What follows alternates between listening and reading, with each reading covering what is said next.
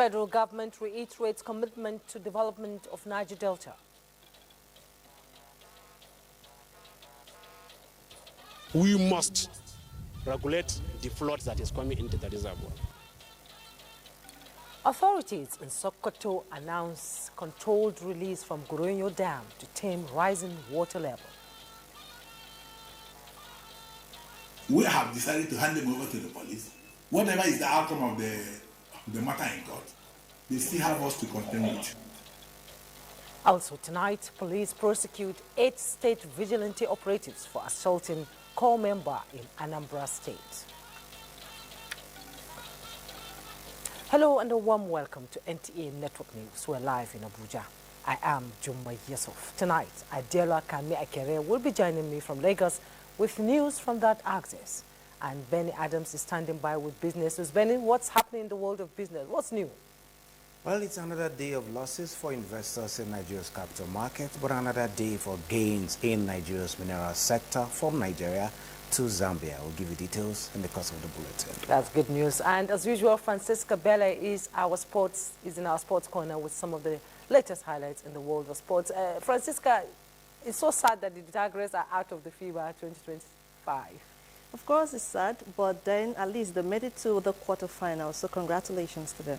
Yeah, congratulations. We wish them more luck. And remember, you can watch this news live and on the go on any of our social media platforms displayed on your screen. Now, tonight, our online survey focuses on a fundamental question of governance and national priority. In our attempt to gauge the true value of public service, we are asking you about the proposed review of salaries for political office holders in Nigeria.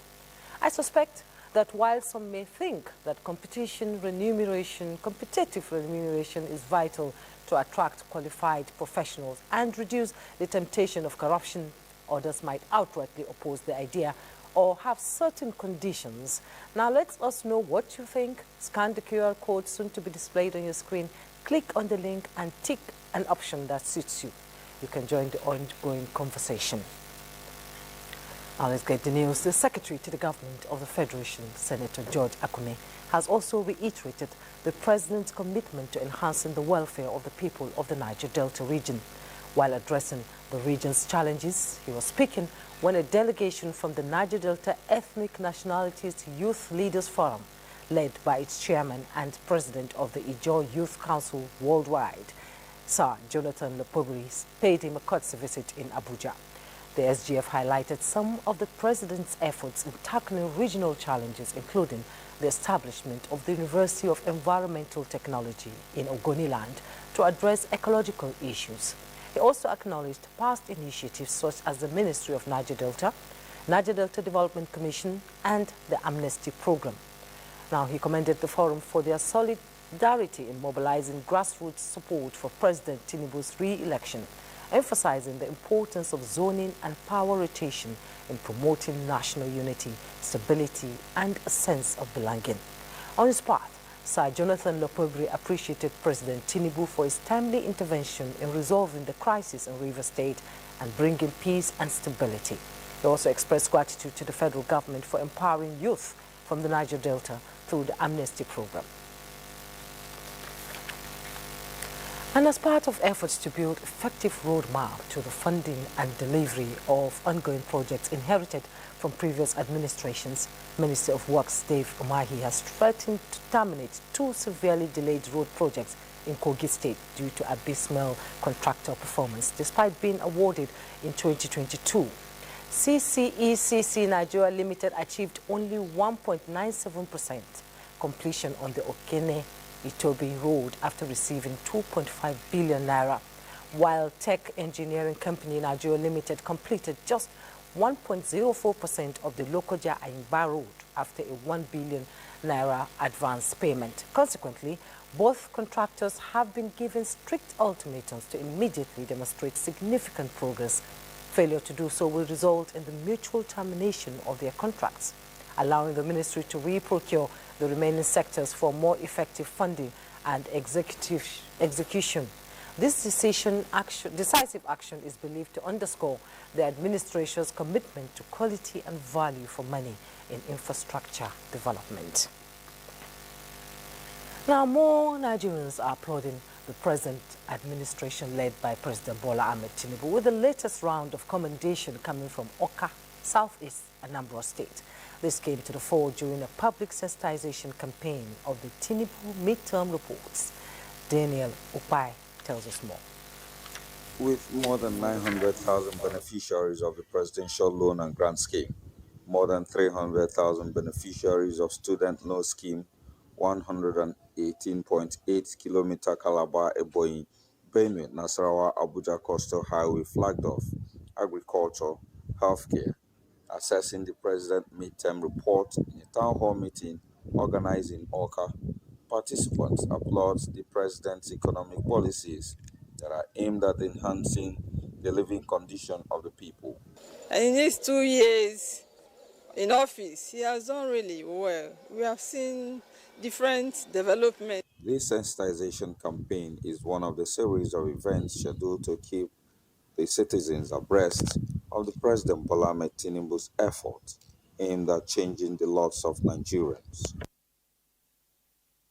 And now to environmental matters and adverse climate change impact. The Sokoto Rima River Basin Development Authority has announced the release of water from the Goyo Dam as part of precautionary measures aimed at regulating the rise in water level and preventing potential flooding. Delhato Abdullahi has more. Level of the Goronyo Dam in Sokoto State, which by August is not expected to rise above 288 million cubic meters, has already reached 285.47 million cubic meters. With the reservoir aging close to its critical threshold, authorities initiated a controlled release of the water to protect the dam's integrity and avoid possible flooding. Sokoto Rima River Basin Development Authorities explained that the release was a precautionary measure aimed at averting disaster that could affect thousands of lives and farmlands along the downstream. In the wake of this development, residents and communities living along the river banks are strongly advised to remain vigilant, relocate from flood-prone areas, and strictly adhere to safety directives issued by emergency agencies. The authority assured that the water released is being carefully managed, but warned that disregard for safety advisories could expose vulnerable households to avoidable risks. We must regulate the flood that is coming into the reservoir.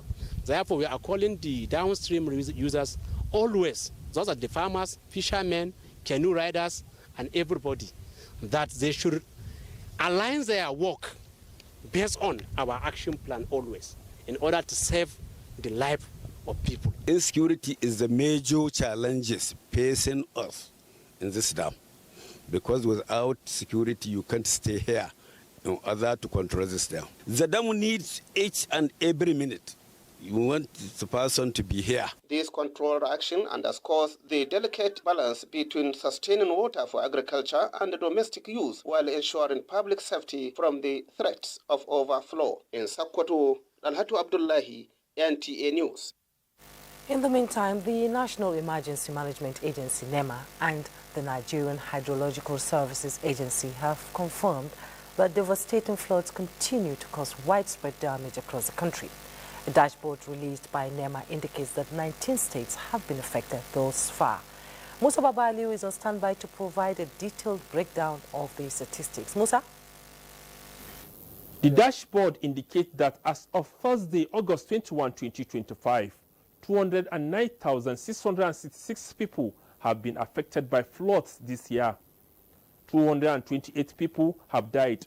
114 people are missing. 495 people are injured. 71,700 people have been displaced. The floods have also destroyed or damaged 21,257 homes and 23,281 farmlands across 43 local government areas.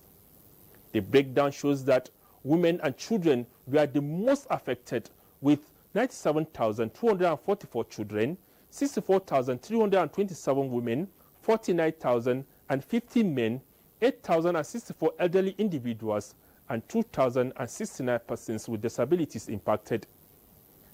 The affected states include Abia, Adamawa, Akwa Ibom, Anambra, Bayelsa, Borno, Edo, Gombe, Imo, and Jigawa. Others are Kaduna, Kano, Kogi, Kwara, Ondo, Rivers, Sokoto, and Yobe, and the Federal Capital Territory. Relevant agencies are urging state and local government authorities to sensitize and encourage people living along the riverbanks to evacuate. Thank you, Musa Babaliu, for that detailed report on flood in Nigeria. And on water resources utilization, the rehabilitation of Bidda Mana waterworks and intervention of the National Hydroelectric Power Producing Areas Development Commission is said to have reached 90% completion, with the Commission's resolve to see to the realization of the water scheme for potable water supply to Bidda and its environs. Now, this comes even as the Managing Director and Chief Executive of the Commission, Abubakar Sadiq Yelwa, resumes work following his reappointment to a second term in office. Mercy Fabi reports. The inspection, which was the first official assignment of the Managing Director since his reappointment by President Bola Ahmed Tinubu, was to inspect the level of work done at the Mana Waterworks. The intervention of NIPADEC is a deliberate action aimed at reactivating and energizing the more than 40 years waterworks, which has been moribund for about 15 years now. So far, 5 MVA power transformer and 29 other items have been supplied and installed to upgrade the waterworks for effective utilization to about 600,000 people in Bidda and its adjoining communities. The inspection was also to provide possible solution to the impending challenge of certifying the fallowed 2 other 2.5 power transformers and reticulation. A significant progress has been made. Our major interest is to see that Bidda town is relieved from its present predicament of lack of pipe-borne water. The entourage was also at the Bidda Wadata Palace to brief the Etinupe Yaya Bakar on the progress made to end the about 15 years perennial water shortage in Bidda. We hope and pray that the HAPADEC and the state government will collaborate very closely to ensure that this issue is a thing of past time. Merci. Fabi, NTA News. The Nigeria Education Loan Fund, NEL Fund, says that upkeep loan disbursement is now strictly tied to the academic session of each institution. A statement by the Director of Strategic Communications, Osheyemi Oluwatoyi, states that in line with the directive, students shall only be entitled to upkeep loans for their current academic session, and upon the conclusion of an institution's academic year, upkeep payments for that session shall automatically cease. She stated further that interested loan applicants are required to apply for the loan at the beginning of each academic session to be eligible for both institutional charges and upkeep for that particular session. To ensure accuracy and transparency, the NEL Fund loan portal is now being automated to reflect the adjustments. And in a bold and unprecedented move, the Nigerian Postal Service has launched the Agro-Infrastructure and Logistics Initiative, turning disused post offices into smart agro-hubs and cold storage facilities across Nigeria. Minister of Communications, Innovation and Digital Economy, Bosun Tijani, who inaugurated the initiative, described it as a major leap to reduce post-harvest losses. Olajide Bello reports. Once known for sorting mails and postage stamps, Nigeria's Postal Service, NIPOST, is now delivering something far more valuable, a lifeline for the nation's farmers. Simply put, from letters to logistics, delivering a new future, NIPOST is leveraging technology and critical infrastructure located across the country, real-time tracking, route optimization, and solar energy, as well as ensuring crops move faster from the farm to the market. They reported a steady decline in traditional mail and parcel volumes, but at the same time, they face growing requests from local farmers and cooperatives to move farm produce such as yam, tomatoes, and vegetables. This is clear evidence that the demand for logistics is shifting from letters and documents, also shifting, is expanding from letters, documents, and parcels to food and commodities. Little do some of us know that aside the tech-savvy Minister of Communications, Innovation and Digital Economy, Bosun Tijani, he is a major farmer who has keyed into President Bola Tinubu's agricultural drive. For a farmer expecting 600 tons turnover of maize cultivated twice in 1 year, the minister can breathe a sigh of relief in terms of enhanced storage facilities to reduce post-harvest losses, and that is where NIPOST comes in. So I managed to find a dryer, which started work, overnight broke down, and I have tons of maize that I've harvested, and I'm looking at them. You know, what's going to happen to them? If we don't dry them in the next 24 to 48 hours, they'll start to go bad. The story I've just shared with you is not something from 12 months ago. This was what happened overnight. So I woke up 5 a.m. That's what I was dealing with on the phone. Because there's camera in my farm, so I was looking at my maize like this and saying, how will I dry this maize? That's where what the Postmaster General is trying to do today is important.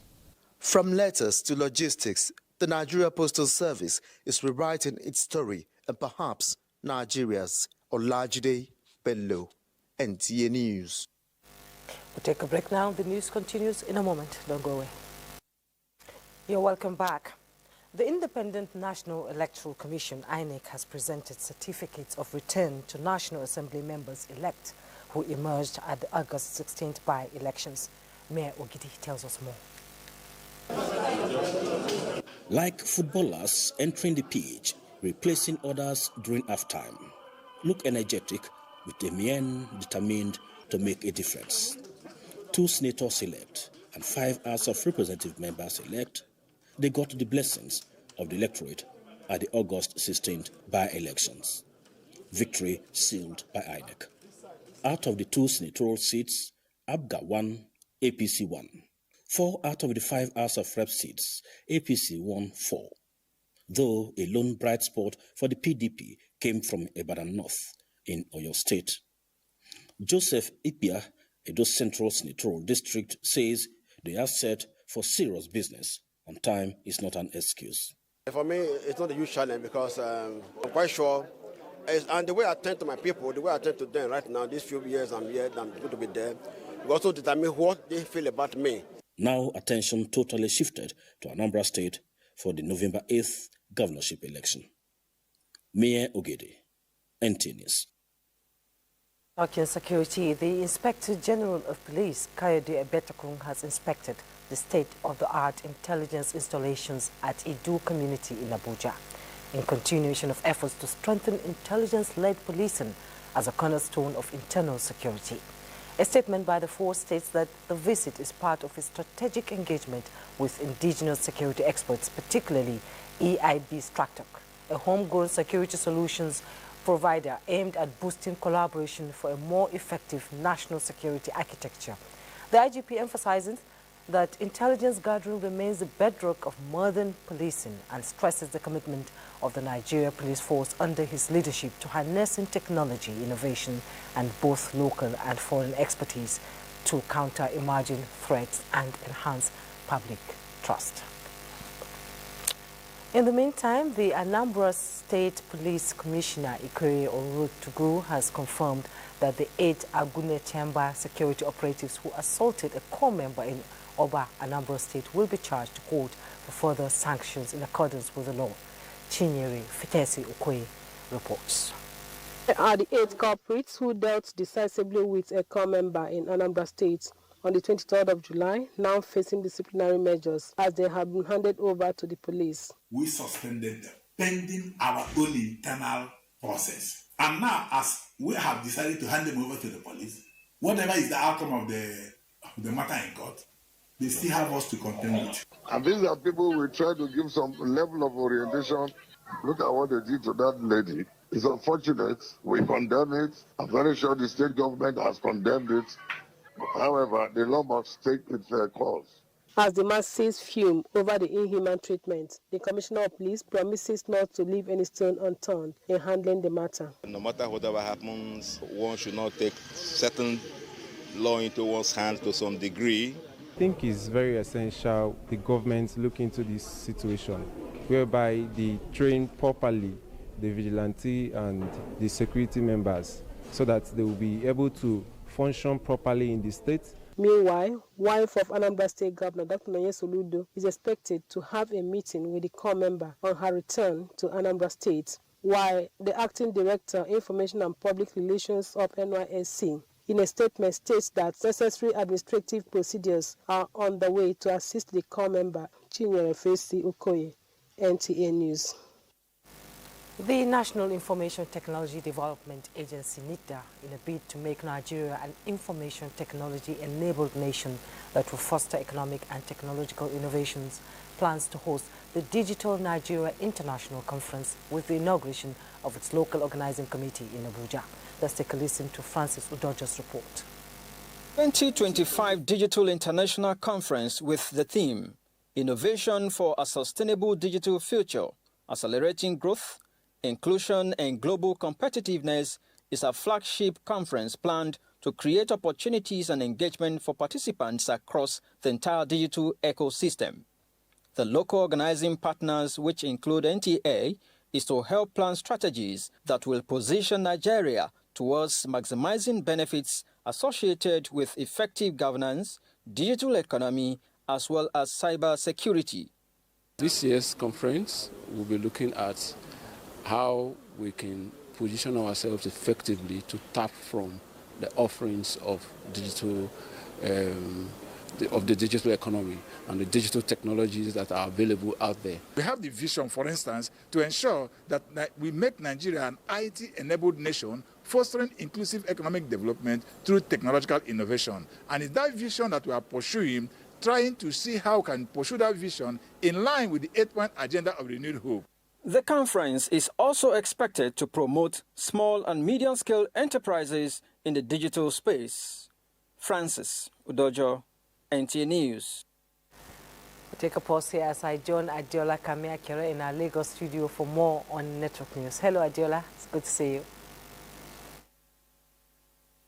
Bye. Despite the 15% tariff imposed on Nigeria's non-oil export by the United States government, the federal government and exporters are already thinking outside the box to leverage the tariff hike by navigating other areas of comparative advantage to sustain the growth trajectory in non-oil exports. Joel Popola reports that stakeholders are having extensive consultations on how to scale up in areas not affected by the hike. The new tariff on exports to the United States of America is taking its toll on global trade and world economies. And with the United States being a major destination of Nigerian exports, the need for a thorough evaluation of the impact and engagement with relevant stakeholders to avoid any impending economic backlash is imperative. And this roundtable by the Nigerian Export Promotion Council is a major proactive step to sustain the impressive performance of non-oil exports, leveraging on agricultural produce not affected by the tariff. We can also build the capacity of our exporters in various areas, in cashew, in cocoa, in other non-oil export, and we also create market linkages and market access to them. These public enlightenment experts say will place Nigeria at a vantage position, even as engagement with the American government, which the Minister of Industry, Trade and Investment, Jumoke Oduwole, represented and other industry players agreed should also be considered. We avoided retaliatory measures. We opted instead for a calibrated response that protects long-term investor confidence, sustains mutual trade interests, and preserves regional stability. Some of the products and our competitors worldwide in certain product that goes to the US, you can see we have one of the lowest tariffs. So that presents opportunity for us to grow some of the exports. By geography, by the tariff schemes, we're able to overcome some of those challenges. Key areas identified to gain competitive edge are cocoa and cashew nuts, as well as value addition on the exported products, which stakeholders agreed will create employment opportunities and boost the capacity of local industries. In Lagos, Joel Bukbola, NTA News. The Federal Ministry of Information and National Orientation, Lagos Center, has provided a platform for citizens to learn and engage with government policies in various sectors. This is to foster informed decision-making and community development. Adejoke Odeka tells us more. It's been over 2 years since President Bola Tinubu took the oath of office with the promise of a renewed hope for Nigerians. Despite efforts to alleviate poverty and promote prosperity, particularly through health, agriculture, and education, there is a disconnect at the grassroots level which hinders their potential impact. This town hall meeting and sensitization campaign is the Federal Ministry of Information and National Orientation, Lagos Center's way of educating the populace at the grassroots. We want every household member, whatever you know you want to eat, grow it at the back of your compound. They should take all those websites we have given them concerning this to key into the program. The NEL Fund, like I said, is a loan initiative. It's basically towards the school fees of children, of the youth that are in government-owned institutions. Each and every parent to encourage their children to tap into the educational sector. The health sector must also be keen by everybody. The Lagos Center also visited Ije Market in Obalende, Ikoyi, to enlighten traders on the federal government's hardship alleviation initiatives. My child is lucky to be a beneficiary and now schools at the University of Ibadan in 200 level. We are hearing it, but I've not seen it. But today, I thank God for today. That's what I said. They should still come back and find out if we benefited from it. With the theme, Tinubu Administration's Midterm Report by Mohammed Idris, the Federal Ministry of Information and National Orientation says the campaign is pivotal in gathering valuable feedbacks and driving continuous improvement. In Lagos, Adejoke Odeka, NTA News. And those are the reports from Lagos. The network news will continue with Benny Adams in Abuja on the business segment when we return from this break. Glad to have you here at this time, and it's that time we talk business. We start by telling you that funding the mining industry and to increase Nigeria's relevance in the global market are the key areas of focus at the 10th edition of the Nigerian Mining Week, held in October this year. Permanent Secretary, Ministry of Solid Minerals Development, Farouk Yusuf Yabo, stated this at a press briefing in Abuja. He emphasized that the premium gathering will review the decade's journey and the prospects ahead.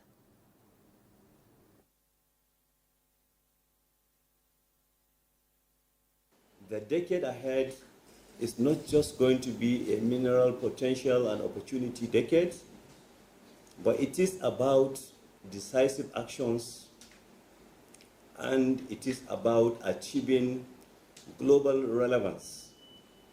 Nigeria therefore welcomes those who will join us in this great journey. On behalf of the Honorable Minister, Dr. Henry Dele Alaki, I declare the Nigerian Mining Week 2025 officially launched. The theme of the 10th edition is Nigerian mining from progress to global relevance.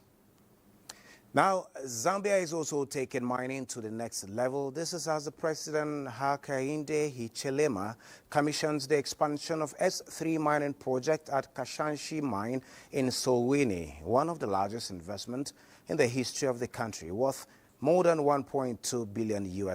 He says the investment is proof that the economy is headed on the right path and wants that no more illegal mining.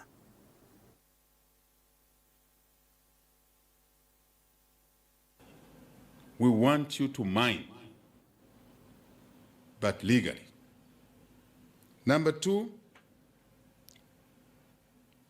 we will provide training for our small-scale, artisanal small-scale miners in safe mining.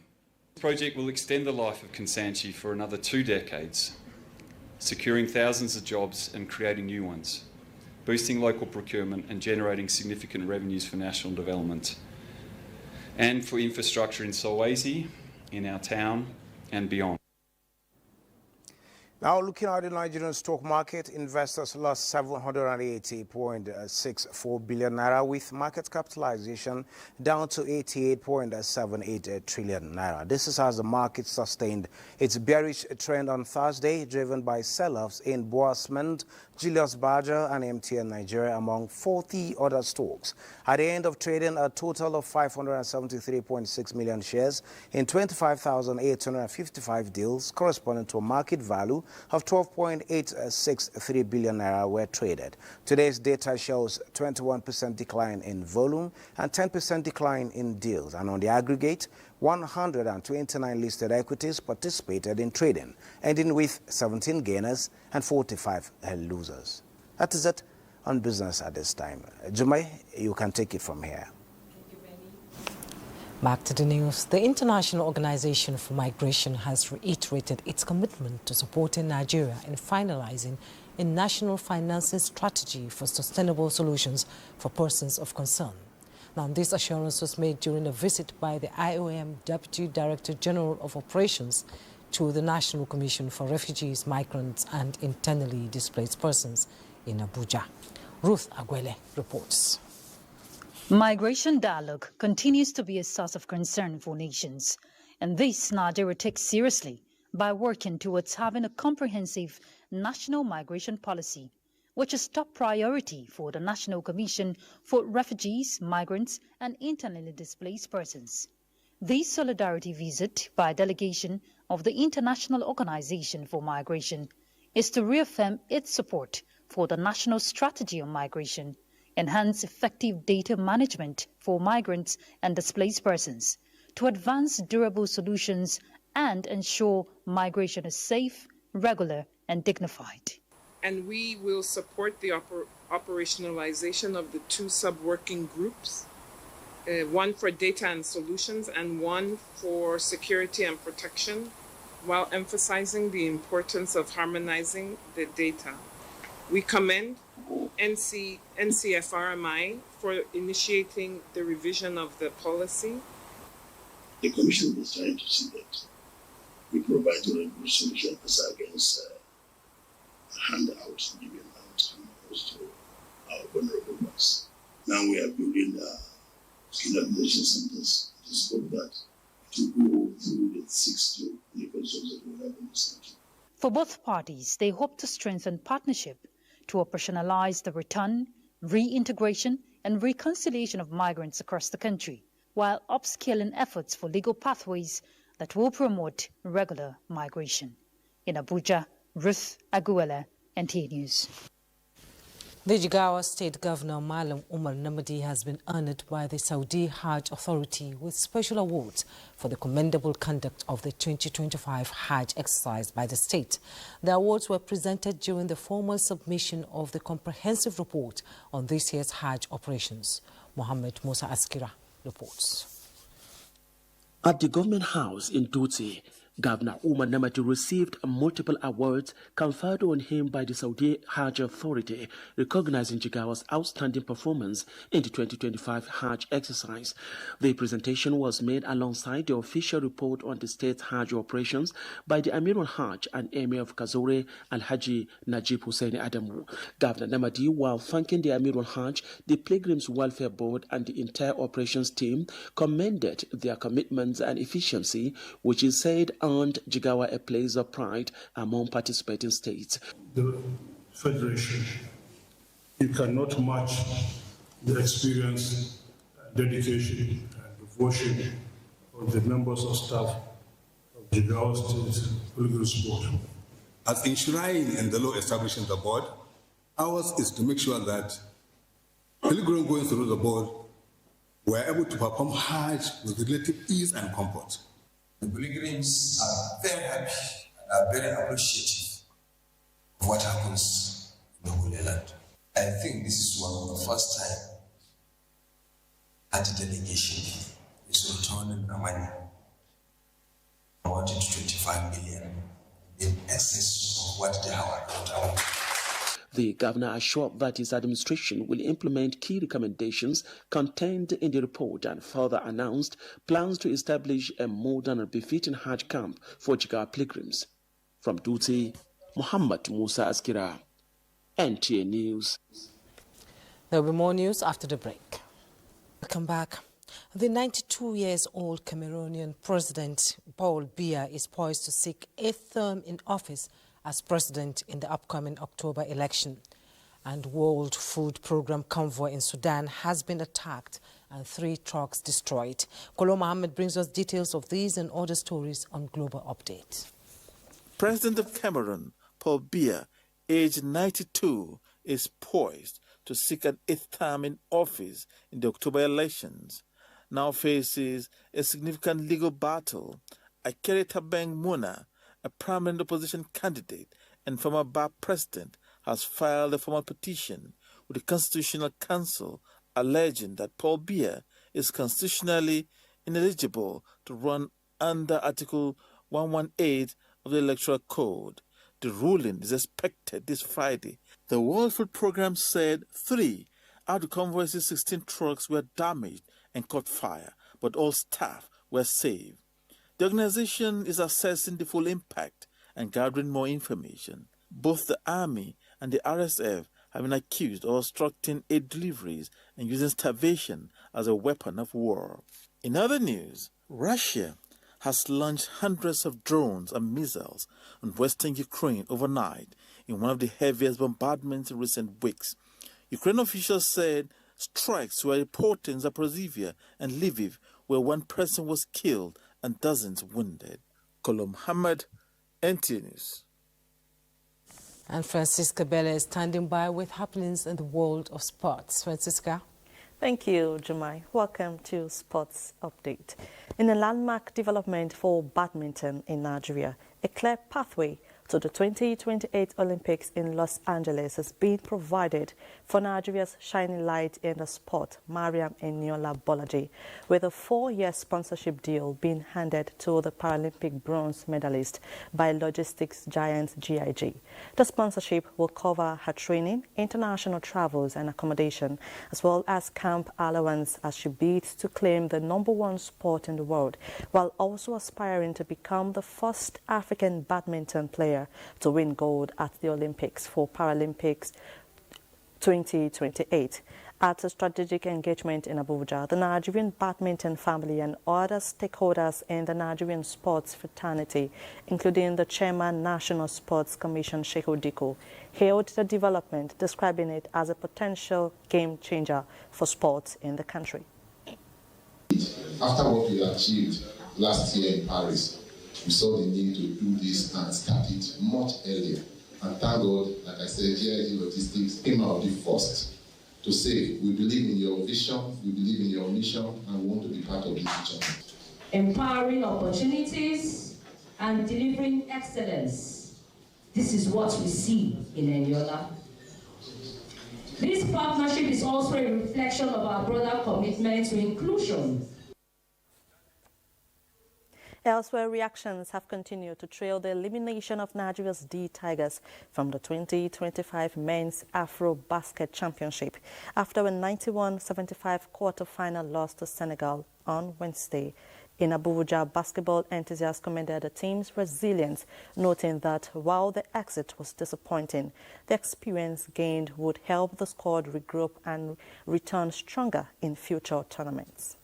I think they have a good tournament. Getting to the quarterfinals is not easy. They need to improve more.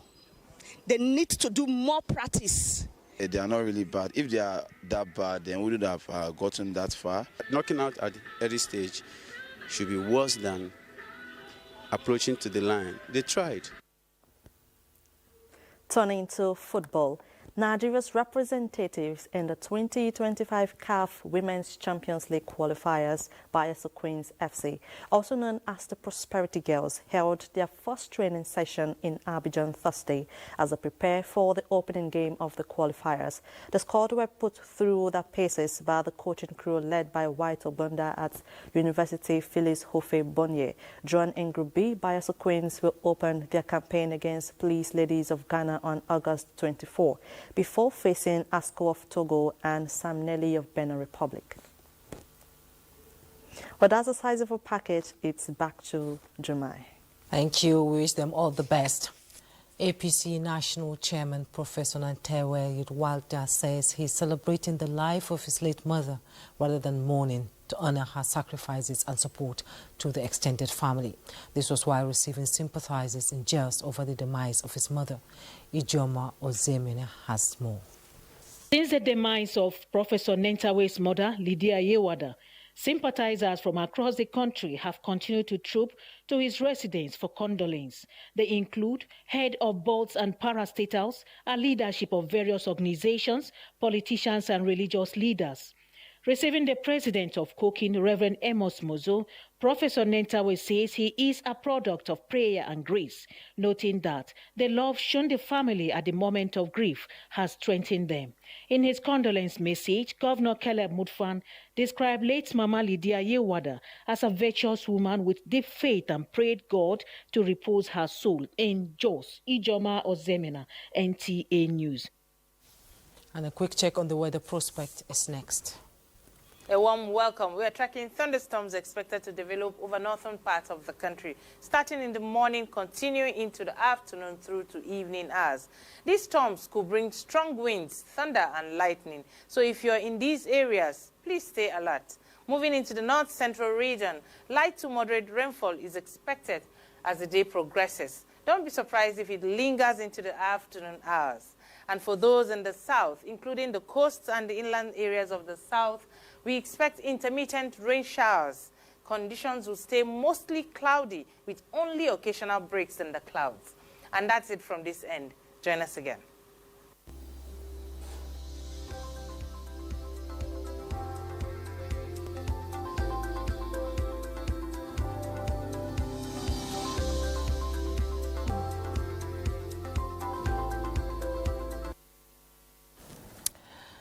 And that's the weather forecast. Let's go straight to the polls on our survey. Our poll result is in, and based on the responses from the survey, a majority of Nigerians are opposed to the idea of a salary review for public office holders, with 58% of respondents saying so.